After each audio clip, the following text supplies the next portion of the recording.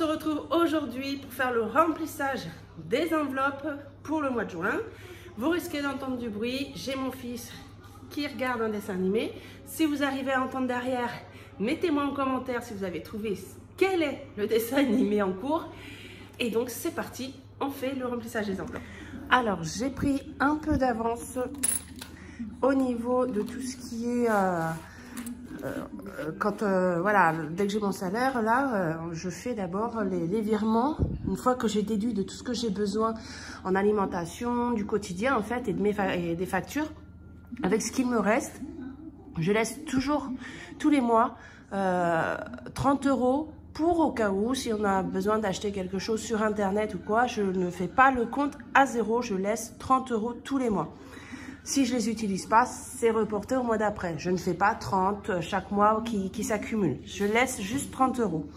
Donc du coup, avec le reste, j'ai dispatché dans les enveloppes que j'ai besoin de remplir en priorité. Donc pour moi, il y a Disney, donc ça c'est 10 € systématique tous les mois.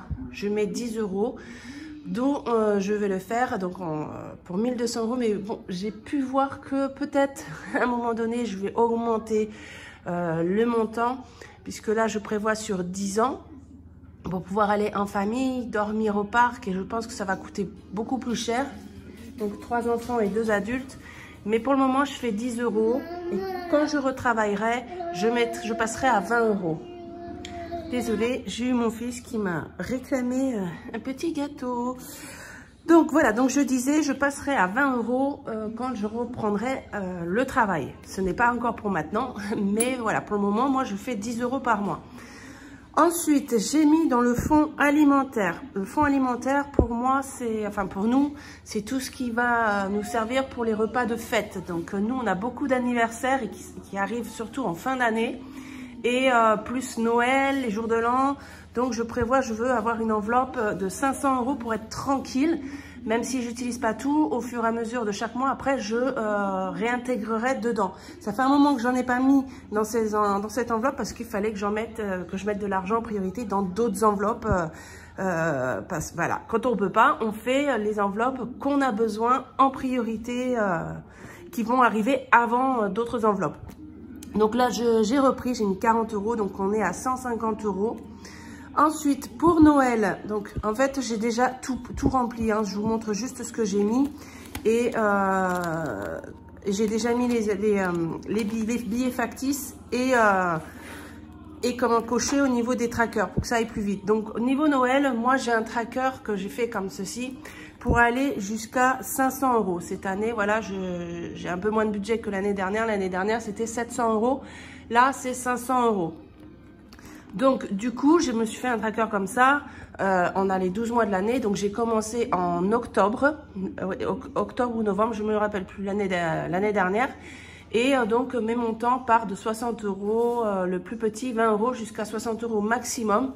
J'ai déjà fait les plus gros montants. Donc là, j'ai mis 40 € Noël, voilà. Et on est donc à 370 €.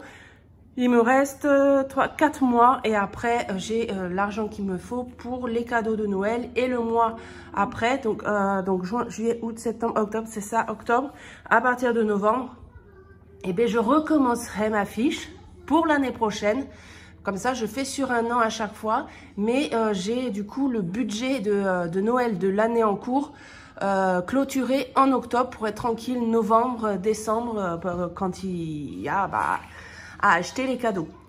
Donc voilà. Ensuite, voiture. Donc on avait eu une grosse chute au niveau de l'enveloppe, hein. J'étais à 50 €, donc il me restait 50 €. Donc du coup, j'ai rajouté la 40 €. On arrive à 90 €. Aujourd'hui, la voiture, c'est bon, hein. On a fini la semaine dernière, donc on a changé les disques, on a changé les plaquettes, on a changé un soufflet, le contrôle technique est passé et il est OK. Donc là, pour le moment, la voiture, tout va bien, sauf panne, bien sûr. Donc c'est pour ça aussi que je remets dedans, parce que à un moment donné aussi, dans quelques mois, peut-être qu'il faudra aussi changer les pneus, donc ça coûte très cher. Donc je remets pour pouvoir être à l'aise dans l'enveloppe voiture. Et c'est tout pour ce que j'ai mis au niveau début de mois sur mes enveloppes. Donc voilà, tout est rempli déjà, comme ça on gagne du temps. Maintenant,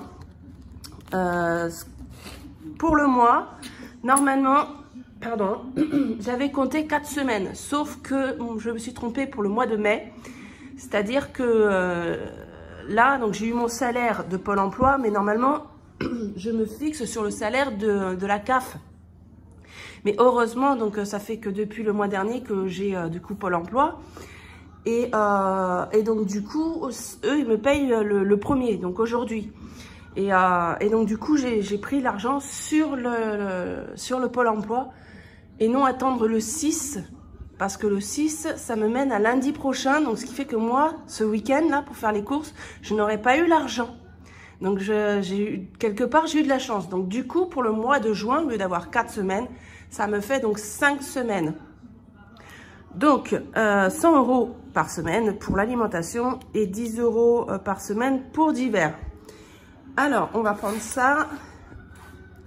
Donc, ce qu'il me faut, en fait, en totalité, 660 € pour alimentation, bébé, divers, entretien hygiène et extra imprévu. Voilà, j'ai 5 catégories. Et donc là, du coup, pour 5 semaines, ça me fait 660 €. Il y avait, au niveau des économies, ici, le mois dernier, donc on avait retiré, rappelez-vous, le 70 € des économies directement pour je crois que c'était pour le parallélisme. Ouais, voilà, on a fait le parallélisme. Et là, j'avais retiré 20 € pour les chaussures entre-temps.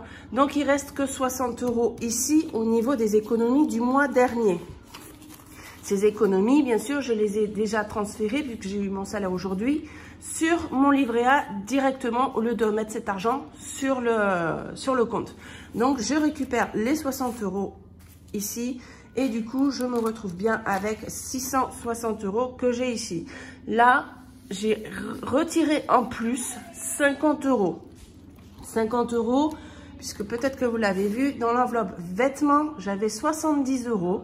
J'ai retiré 50 €, puisque aujourd'hui, normalement, c'est en transit, je dois aller chercher Click and Collect chez Kiabi des vêtements pour mon fils. Je vous avais dit que normalement, nous, on achetait les vêtements d'occasion, mais là, en ce moment, on n'en trouve pas pour mon fils. Et comme il a que un short et il n'a pas de body à manches courtes, bon, lui, il aime bien se balader qu'en body, mais moi, voilà, pour sortir, j'ai besoin de vêtements. On a déjà les chaussures, vu qu'on avait acheté les chaussures.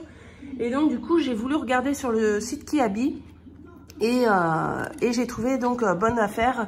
J'en ai pour 44 € pour 6 shorts, 6 t-shirts. Donc ça me fait une semaine complète. Et 3 bodys à manches courtes, à bretelles. Donc du coup, ça me fait 44 € il me semble. Donc j'ai retiré 50 €. J'aurais pu payer en carte bancaire puisque c'est sur le compte. Mais en fait, pour moi, d'avoir l'argent là dans les mains et de ne pas y aller avec la carte bancaire, va me permettre d'être sûr à 100% de ne pas dépenser plus dans le magasin. J'ai 6 € de marge vu que j'ai 44 €. Si je suis dans le magasin que je vois quelque chose en plus qui pourrait plaire, je sais que je ne dépasserai pas 6 € en plus. Vous comprenez ce que je veux dire? L'intérêt d'avoir la liquidité dans les mains, c'est sans la carte bleue, on n'est pas tenté à aller acheter plus. Et donc voilà pourquoi j'ai retiré les 50 € qu'on va mettre du coup dans l'enveloppe polyvalente occasionnelle, puisque c'est une enveloppe occasionnelle, hein, l'enveloppe vêtements. J'ai pas une enveloppe spéciale vêtements dans mon portefeuille. Celle-ci, elle sert pour tout ce qui est achat occasionnel, comme vêtements, voitures, comme vous l'avez compris. Donc là, j'ai mis 50 €. Si tout va bien, il devrait me rester 6 € aujourd'hui, hein, puisque j'y vais aujourd'hui chercher les vêtements. Sinon, on verra ensemble ce week-end si j'ai dépensé un petit truc en plus ou pas.